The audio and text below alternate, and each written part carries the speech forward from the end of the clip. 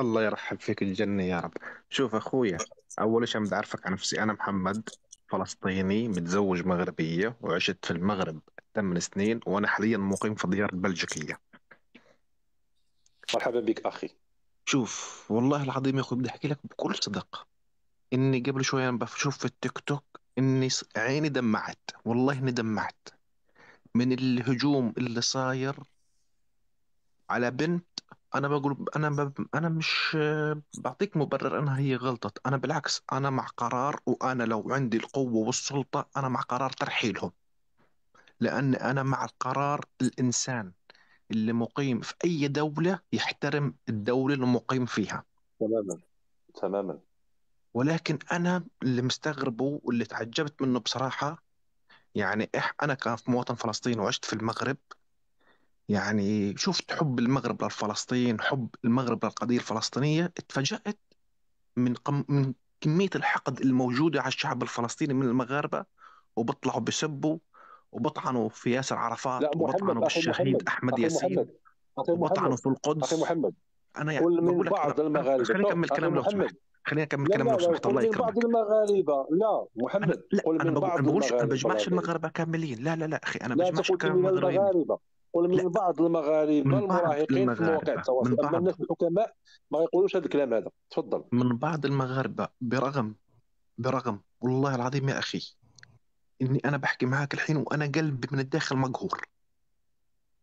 تعرف ليش مقهور؟ لأن إحنا شعب عربي مم. مسلم، شعب واحد، فيش فرق لا بين لا مغربي لا مصري لا فلسطيني. والاحتلال بجميع أجندته فرقنا وخلانا نشوف الأمور الصغيرة عشان يبعدونا عن الأمور الكبيرة.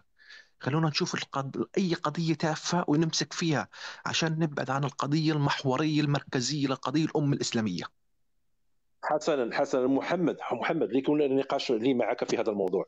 إذا أنت من تفضل أخوي. وجهة نظرك من وجهة نظرك أن البنت تكلمت ولم تحترم الشعب المغربي، وجاء أبوها وزاد الطين بلة، وزاد في إحماء الطرح كما يقال في اللهجة المغربية، ومع ذلك يجب على المغاربة أن يستقبلوهم بالورود، وأن لا يتكلموا، وأن لا ينتقدوا. المغربي كما قلت، أنت عشت في المغرب وتلقيت الحب والكرم مع الشعب المضياف. ولكن يا أخي، الشعب المغربي من كثرة كرامه فهو عنده خطوط حمراء.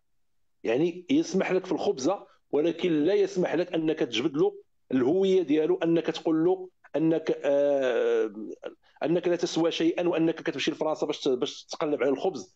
فهذا شيء لا شوف لا يقبله المنطق. هناك شوف حكماء أخوي، انتقدوا كل الامر. واحد. طبعا نحن لا نجلد، اسمعني، لا نجلد هنا العائله الفلسطينيه، ولكن الامر متروك للسلطه، هي التي تتكلف بهذه الامور.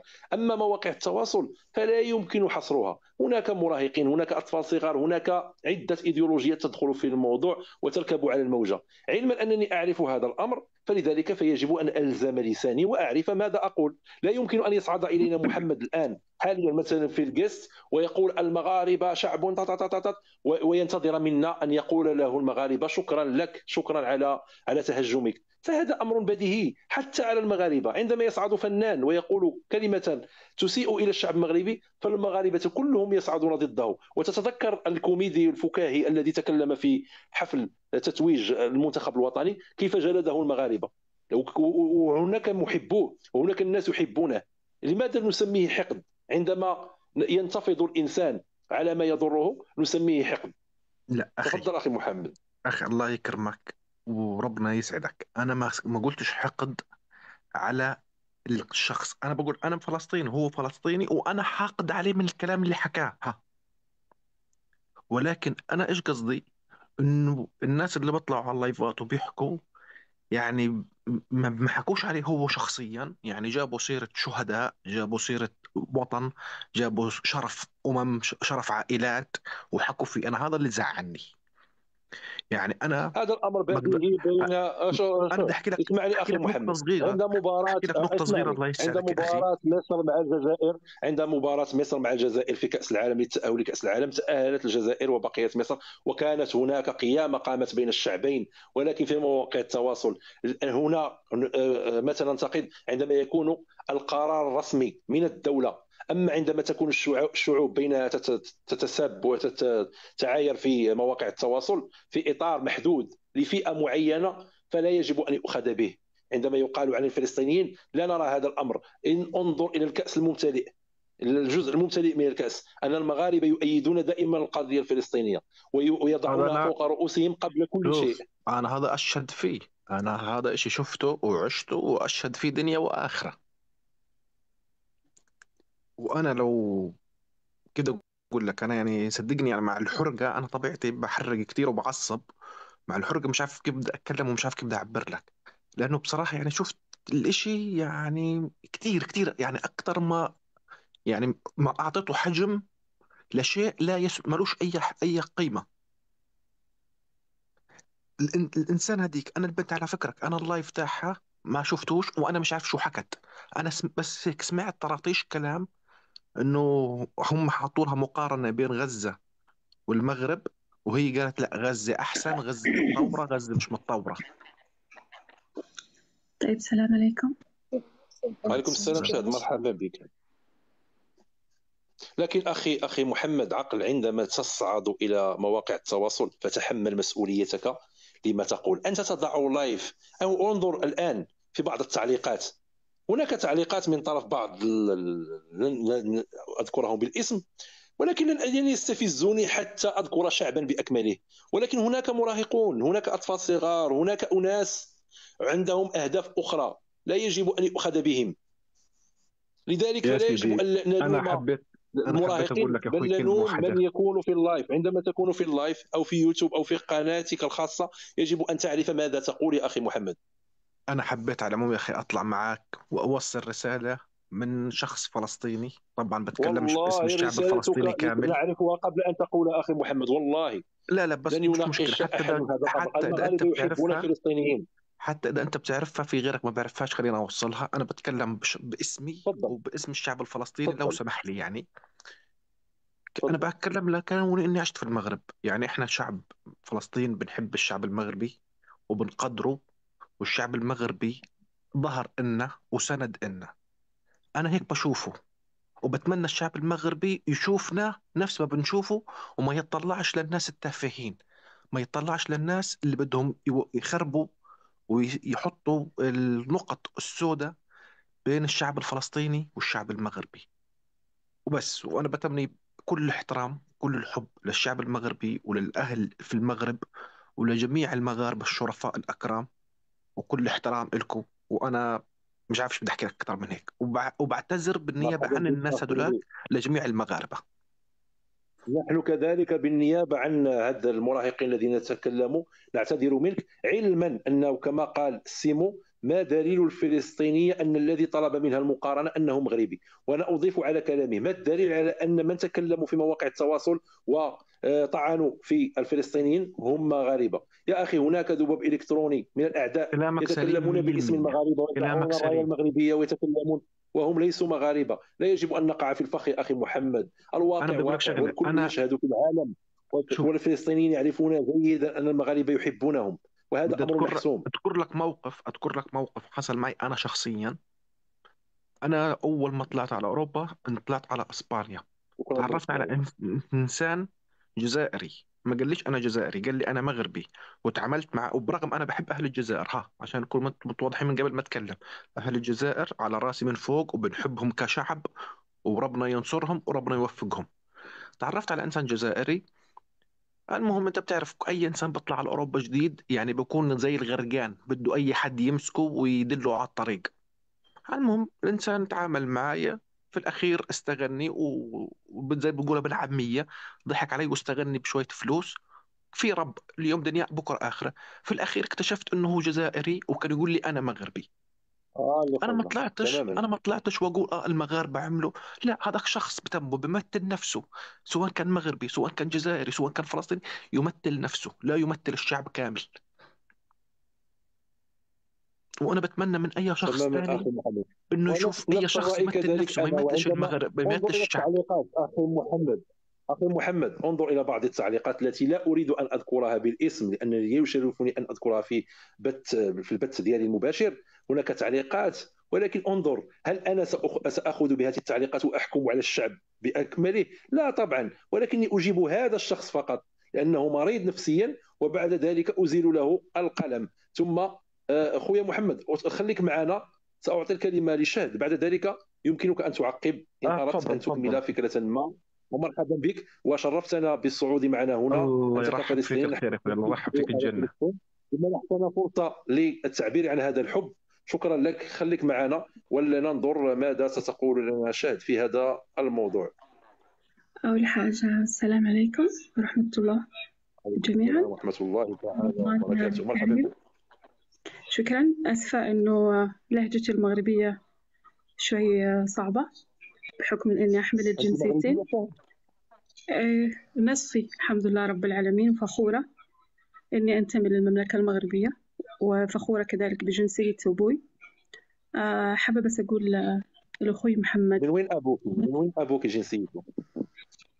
بعدين أقول لك من كلامي بيكون واضح. اه، اوكي. أوكي، أنا اوكي، هنا يلا أنا تفضل. هنا أتكلم تحت راية المملكة المغربية اللي هي الأحمر تعيشين وين؟ والنجمة في الخضراء. المملكه المغربيه؟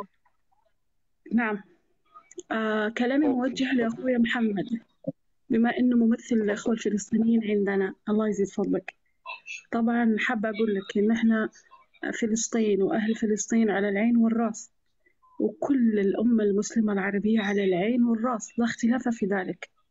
والحمد لله رب العالمين، مش أنا شهد اللي أقعد أعدد في مزايا الشعب الفلسطيني أو أعدد في مزايا ومدى كرم الشعب المغربي، لأن إحنا دائما نقتدي بقائد البلاد. أكيد ما راح أدخل في الشق الديني إن إحنا نقتدي برسول الله صلوات الله عليه إلى غير ذلك، بس إحنا نقتدي برائد البلاد وقائد البلاد، أولا بأخلاقه واحترامه، من عهد محمد الخامس رحمة الله تغشاه، لعهد الحسن الثاني طيب الله أثره، لعهد ملك محمد السادس. فيد الملك، عشان لا أدخل في الشق السياسي لأنه شيء يحز في الخاطر يا ابن فلسطين. فصاحب الجلالة نصره الله مو مقصر مع الأخوة الفلسطينيين، معاملهم معاملة خاصة، والمغاربة رضي الله عنهم وحفظهم الله بيوتهم مفتوحة للإخوة الفلسطينيين، وكذلك إحنا لو احتاجنا الإخوة الفلسطينيين بيعاملونا نفس المعاملة، من غير ما ندخل في الجانب السياسي لأنه هذا ما يخصني. اعترفت وما اعترفت واعترفنا، المغرب في صحراء والصحراء في مغربها، بس نقطة على السطر. تمام. أكيد إحنا كمغاربة شوف، المفروض البنت تنتمي لأبوها، تذكر جنسية أبوها، بس أنا هنا أتكلم وفخورة.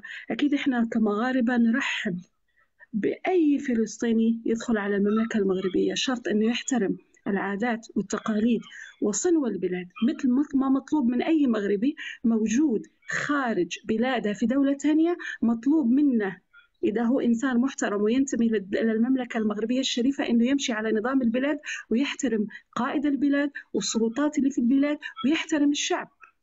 أنا حز في خاطري إنه على فكرة أخونا الفلسطيني ذاك ما يمثلش الشعب الفلسطيني ولا يمثل الحضارة الفلسطينية ولا إكرام الضيف الفلسطيني، هو يمثل نفسه على فكرة، يمثل تربيته هو، حتى تربية أهلها استحالة يمثلهم، لأن ما فيش إنسان عاقل يحاكم إنسان ويقول أهلها ما ربوه، مع العلم إنه هو قال كذا.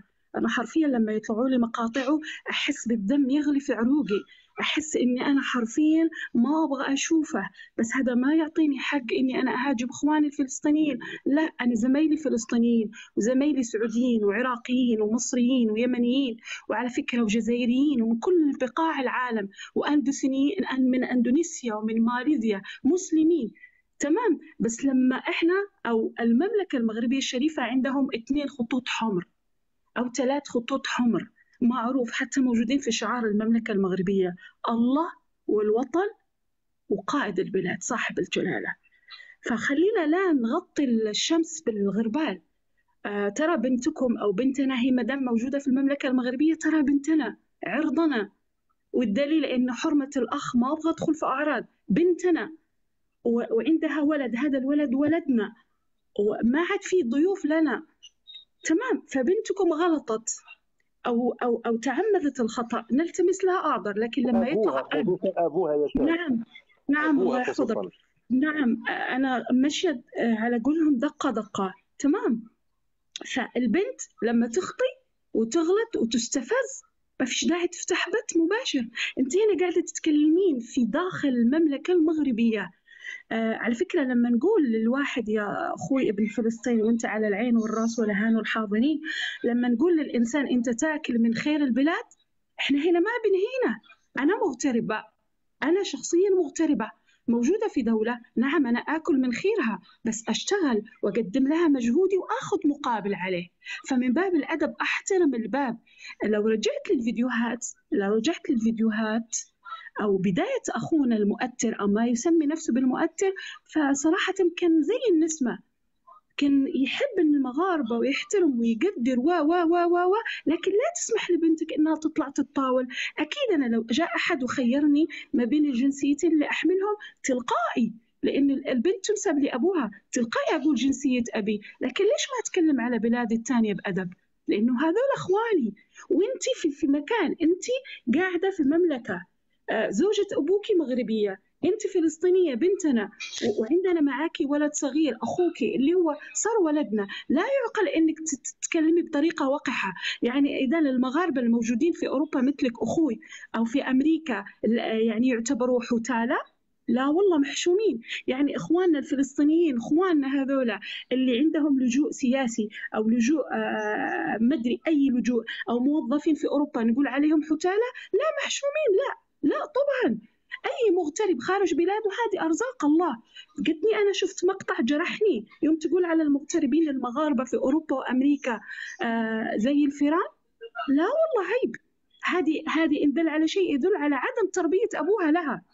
فيوم إن إحنا نسامح البنت ونقول عادي، على فكرة إحنا مجرد بشر نخطئ ونصيب، والله سبحانه وتعالى يسامحنا كلنا. إحنا مش في مكان إن إحنا نحاسب الناس. لكن لما يطلع لك الأب ويفتح فيديو ويقعد يتكلم ويتكلم بأسلوب غير راقي وبأسلوب غير حضاري، ويضرب في المغاربة ويتكلم بأسلوب سوقي، نعم إحنا ما بنحكموش ولا بنحكم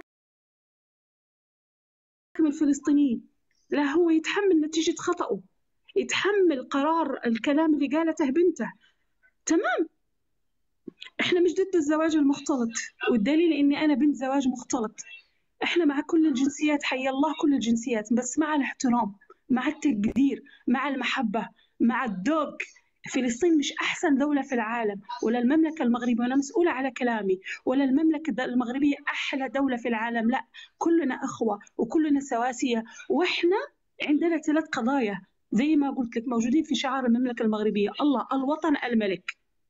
فإحنا ما بنعاديش فلسطين. أنا بالنسبة لي وأقولها بالفم بالمليان، اللي يحب بلادي أحطه على راسي، اللي يحاول يشوف إنه هو أحسن من الآخر لا سامحني، أكيد بعامله بتربيتي وبأخلاقي، بس ما أتقبل منه. وإحنا هنا ما بنحاكمش فلسطين، لا. كل إنسان مسؤول على خطأ حقه، سواء مغربي أو غير مغربي. بس قبل لا تهاجم الناس أنت وبنتك في مقاطع الفيديوهات حقك، تأكد هل ذاك اللي كتب لك التعليق أولا مغربي؟ وحتى إذا كان مغربي ما بنعفيش من الخطأ. حتى لو كان مغربي يمثل نفسه، يتكلم عن نفسه. لا تنسى أن آلاف المغاربة وقفوا معاك، بكوا يوم بكيت على عيالك، تنكدوا يوم فتحت مطعمك، بكوا يوم طلعت على المطار على عيالك، يوم كنت تطلب الحكومة المغربية إنها تسمح بدخول عيالك، وقفوا معاك وقفة رجل واحد. وعلى فكرة العيب مش عنده، شوف أنا حقانية وخاف ربي، العيب حتى عند زوجته بنت البلاد. يوم زوجك يتكلم بأسلوب غير لائق وغير حضاري وفي قلة احترام ويهين إخوانك أبناء جلدتك، إلزمي الصمت، لا تتفوهي بأي كلمة، لا تتكلمي، بالعكس نبهي زوجك أبو عيالك، قول له عيب، هذول أخوالي، أخوال عيالك، وهذولك أعمام بناتك. ادخلي. أنا ماني ضد الزواج، بس على بنات المغرب وعلى شباب اللي بيرتبط ببنات المغرب يعرف إن المغرب خط أحمر. إحنا ما بنتساوم على قضايانا الوطنية. ولاحظ العقلاء من المغاربة ما بيدخلوش. ليش فلسطين عمرها ما اعترفت بالصحراء المغربية؟ شوفوا جلالة الملك كيف يمد، شوفوا المغاربة كيف يمدوا لكم، ما عمرهم حاسبوكم ولا حتى قالوا لكم شيء. تمام؟ فأحب من أحب وكره من كره. اللي يوصل الخطوط الحمر ينزل للأرض، بس لا غير. شكرا وبطل لك شاد. شاهد، السلام شكرا لك على عليكم. المداخلة الطيبة. حبيت وشكركم السنة الله. شكرا يا شكرا عادل، شاهد على المداخلة شكرا الطيبة، لأن جزيلا. حتى نعطي الفرصة للآخرين. تمام. مرحبا بك، شكرا. وشكرا على الكلمات الطيبة في حق المملكة المغربية، لتبقى طبعا من وجهة نظرنا كمغاربة أحسن دولة في العالم رغم كل الظروف.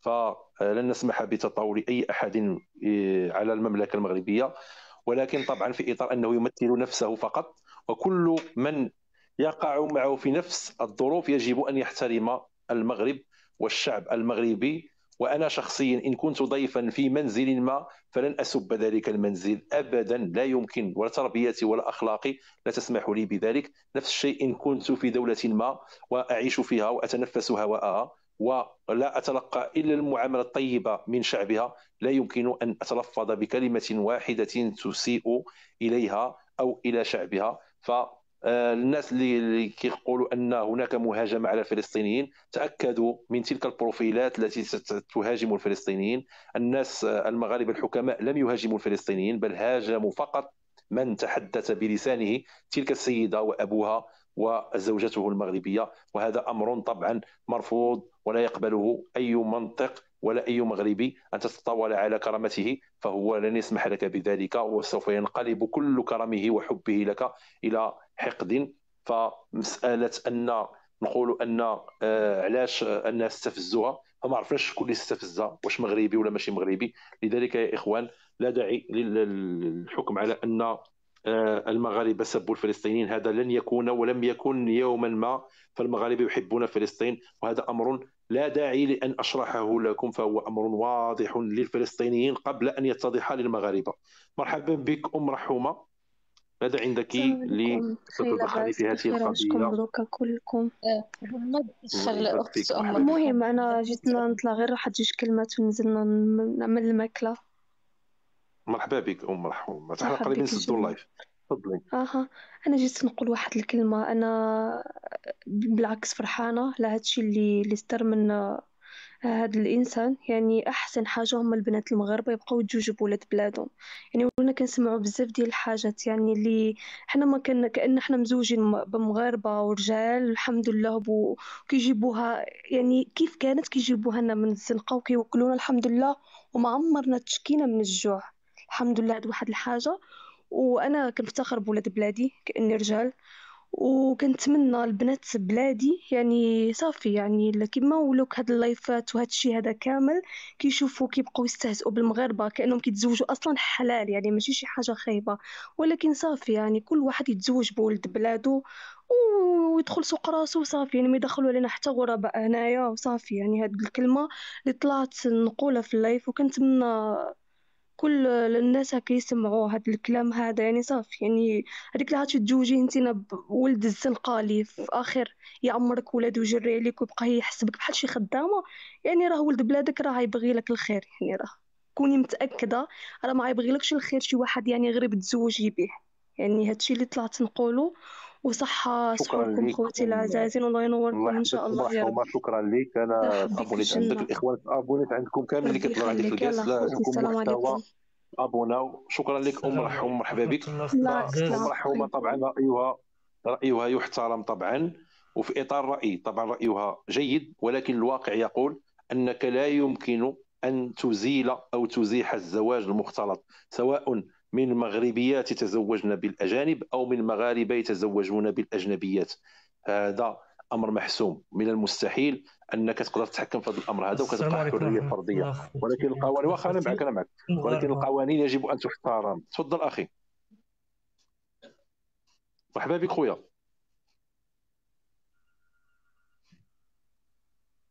تفضل معنا، مرحبا بك.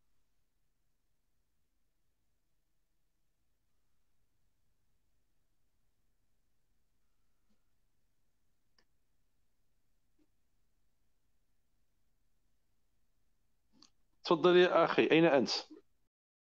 ميكرو.